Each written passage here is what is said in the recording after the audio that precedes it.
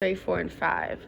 Circle the long A, I, O, or U in each question and write it on the line. Then circle the answer to each question. Do you see with your nose?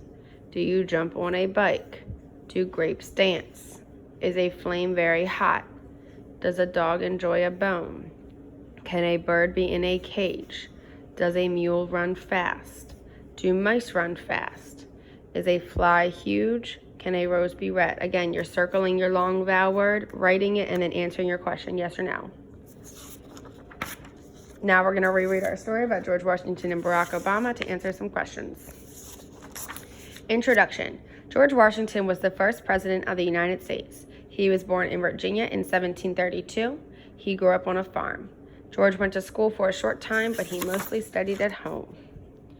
George began working as a surveyor at age 16. In 1759, George married Martha Custis.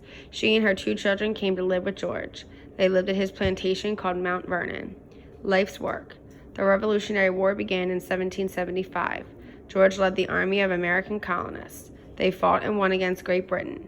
In 1787, George led a group to form the government of the new United States of America. Later years. In 1789, George was elected the first U.S. president. He helped plan the capital city, Washington, D.C., which was named for him. George was president for 8 years. Many people wanted him to serve longer, but he said no. Contributions. After serving as president, George went home to Mount Vernon. He died in 1799. George fought for and helped to shape the United States. Americans remember him as the father of his country. Now we're going to read about Barack Obama. Introduction. Barack Obama was the first black president of the United States. He was born on August 4, 1961 in Honolulu, Hawaii. His mother, Ann Dunham, was from Kansas. His father, Barack Obama Sr., was from Kenya. Education. Barack went to school in Honolulu, Hawaii, and in Jakarta, Indonesia. He went to college at Columbia University and graduated in 1983. In 1988, he went to Harvard Law School. Work and family. Barack moved to Chicago. When he finished school, he met a lawyer named Michelle Robinson. Barack and Michelle were married in 1992. Their daughters, Malia and Natasha, were born in 1998 and 2001.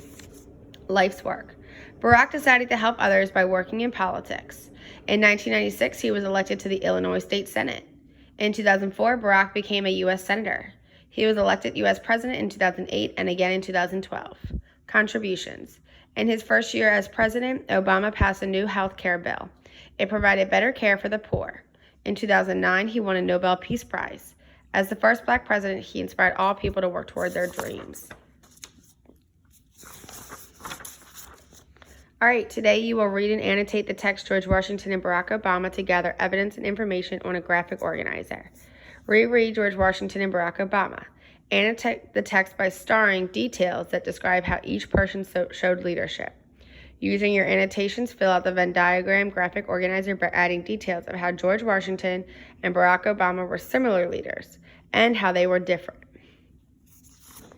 So we're going to write how George Washington was a leader, how Barack Obama was a leader, and how they were similar as leaders.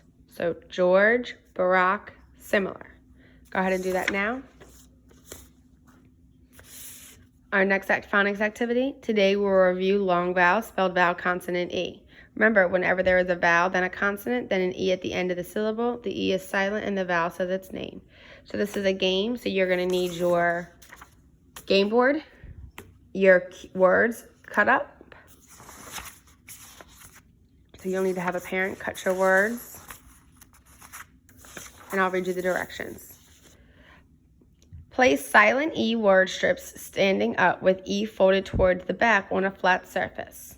Select one of the strips and read the word orally. Turn the E to the front of the strip and read the new word. Write both the words in the corresponding columns on the student sheet. Determine if each word is a real or nonsense word. If the word is a nonsense word, cross it out. Continue until all strips are read and recorded. So here's an example. You're going to have your word without your E, unfold it, read it with the E. So short vowel words, silent E words. If it's real, you keep it. If it's make-believe, cross it out. And here are all your words. You have all of these to do or to play with.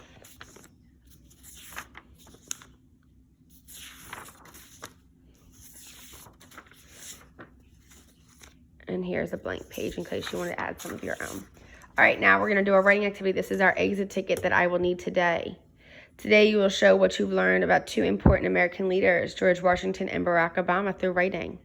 You will learn about using the word because to help explain your ideas. Writers use the word because to help them explain their ideas and give evidence. It can also be used to share reasons for an opinion.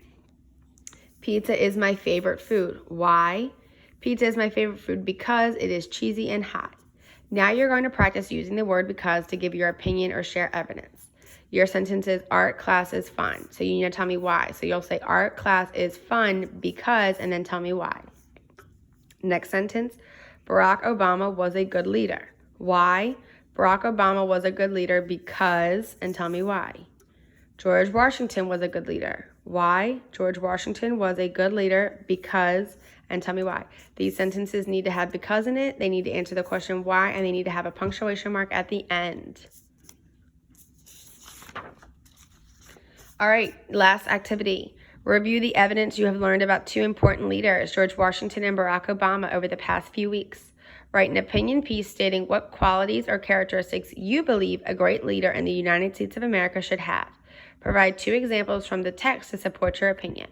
So you're going to use your graphic organizer to review all the supporting details about what both leaders did to make them great leaders. And then you will determine 2 or 3 qualities or characteristics of a great leader and use evidence from the text to support your writing. So on this writing, you're going to tell me what does a great leader need to do or be like so that they are successful. 2 or 3 characteristics. Parents, I need this sent to me by Friday. Thank you.